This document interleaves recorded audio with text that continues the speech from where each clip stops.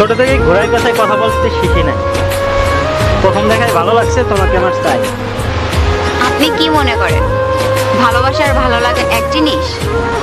আপনি আমার জন্য কি কি স্যাক্রিফাইস করতে পারবেন? সব। আপনি হাতের এটা ছাড়তে পারবেন? ধর ছোট, আজকে থেকে এটা বাদ। 5 ওয়াক্ত নামাজ পড়তে পারবেন? হ্যাঁ। সামনে তো রমজান মাস আসতেছে, 30টা রোজা আপনি রাখতে পারবেন? হুম।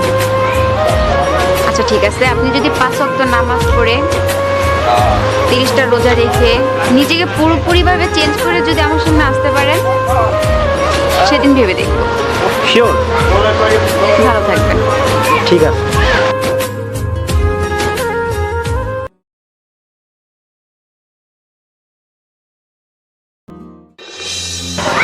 এই যে ভাইয়া শুনছেন? জি, আমাকে বলছেন? হ্যাঁ ভাই, আপনি কি বলছেন? জি বলেন। এখন আপনাকে রাস্তাঘাটে দেখি না, আর অনেকটাই চেঞ্জ হয়ে গেছেন আপনি। আসলে আপনাকে যে কি বলে ধন্যবাদ দিব, ওই দিন আপনার সাথে পরিচিত না হলে হয়তো আমার এমন দিন আসতো না। আপনি ওই দিন নামাজ পড়তে বললেন, রোজা থাকতে বললেন, আমি ভাবলাম হয়তো এই কী কাজ, এ তো সহজ কাজ। প্রথম আমি 2 দিন নামাজ পড়লাম, আমার তেমন ভালো লাগতো না, চাইতাম আসতাম, তেমন মন টানতো না। পরে কেমনে কেমনে আমি আল্লাহর প্রেমে পড়ে গেলাম। আসলে ছোট থেকেই রাস্তায় মানুষ হয়েছি তো,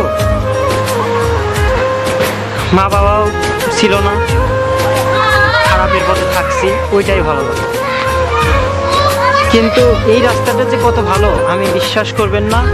ওই দিনের পর থেকে আমি খারাপ কাজ করি না, আর আমার সাথে যারা থাকতো তাদেরকে নিয়েও নামাজ পড়ছি, তাদেরকেও শিখাইছি যে আসলে এই পথটাই সঠিক। আপনার কাছে আসলে আমি কৃতজ্ঞ। আর আমি আপনাকে যে মনেই ছিল না আপনার কথা, ওই দিন আপনারে ভালোবাসার প্রস্তাব দিছিলাম, কিন্তু 2 দিন 4 দিন 15 দিন যাওয়ার পর আপনার কথা মনেই ছিল না। আজ হয়তো না দেখা হইলে আর কখনো মনেই করবে না। ওই দিনের জন্য আমি সরি, আমাকে ক্ষমা করে দিবেন। আসি আপু, আসসালামু আলাইকুম।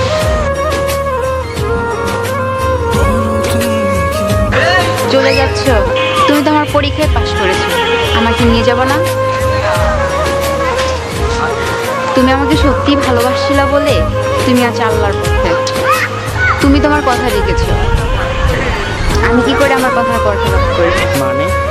আমিও তো বলেছিলাম তুমি যদি আল্লাহর পথে আসতে পারো তাহলে আমি তোমাকে ভালোবাসবো, আমিও আমার কথা রাখবো। তাহলে চলো।